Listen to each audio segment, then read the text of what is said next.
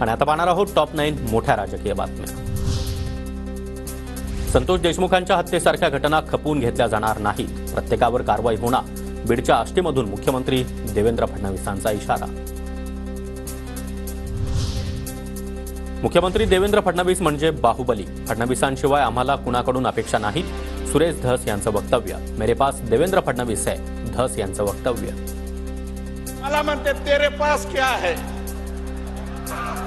तर मी म्हणतो मेरे पास देवेंद्र फडणवीस साहेबाचा आशीर्वाद आहे।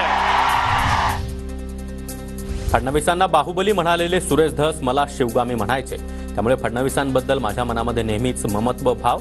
पंकजा मुंडेंचा सुरेश धस यांना टोला।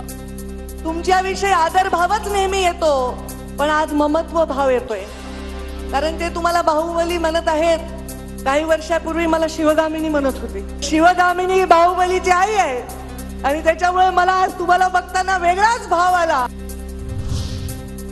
आष्टी उपसा सिंचन योजनेचं मुख्यमंत्री देवेंद्र फडणवीस यांच्या हस्ते उद्घाटन। मंत्री पंकजा मुंडे, मंत्री विखे पाटील यांची कार्यक्रमाला उपस्थिती, तर डोळ्याच्या ऑपरेशनमुळे धनंजय मुंडे मात्र गैरहजर। संजीव राजे नाईक निंबाळकर यांच्या घरावर आयकर विभागाचा छापा, सकाळी 6 वाजल्यापासून अधिकाऱ्यांकडून चौकशी सुरू। संजीव राजे निंबाळकर हे रामराजे नाईक निंबाळकरांचे चुलत बंधू।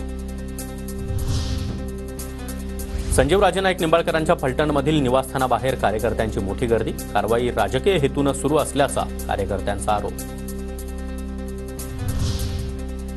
कृपया गर्दी करू नका, खात्याला त्यांचं काम करू द्या, काळजी नसावी, रामराजे नाईक निंबाळकरांचं व्हॉट्सअप स्टेटस ठेवत कार्यकर्त्यांना आवाहन। आदित्य ठाकरेंना ताब्यात घेऊन चौकशीची गरज काय, पटवून द्या, हायकोर्टाकडून याचिकाकर्त्यांना 2 आठवड्यांची मुदत। दिशा सालियान प्रकरणामध्ये आदित्य ठाकरेंच्या चौकशीची याचिकेत मागणी।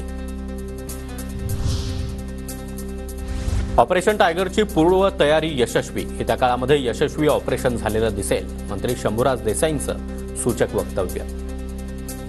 आमचे डॉक्टर आंबेडकर साहेब त्या ऑपरेशनची पूर्व तयारी चांगली करतायत। आम्ही टीम वर्क म्हणून सगळेजण, आणि तुम्हाला यशस्वी सक्सेसफुल ऑपरेशन झालेलं दिसत।